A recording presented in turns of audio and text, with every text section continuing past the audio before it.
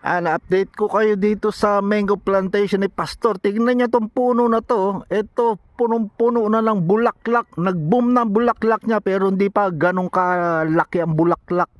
Pero kung makikita nyo, kaya i-zoom natin para makita nyo. Ayan, ayun, makikita nyo naman, ang daming bulaklak. Kung mapansin nyo, yung buong puno niya, nabalutan na ng bulaklak lahat. Ayun, andito tayo sa boundary ng area B. Ito yung area B.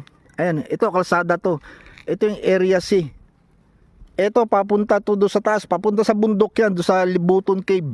Makikita niya dito sa area A. Ayan, lapitan natin tong isang puno dito sa area A. Marami rin bulaklak kasi lahat ng puno na sprayan. Ito, pakita ko sa inyo.